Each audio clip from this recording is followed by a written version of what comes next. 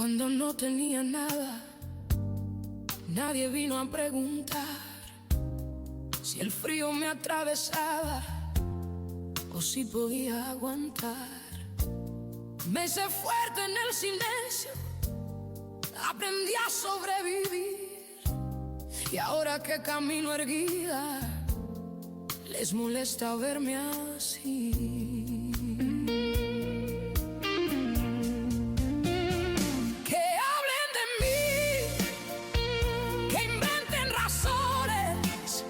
No estuvieron cuando el mundo me dejaba sin opciones.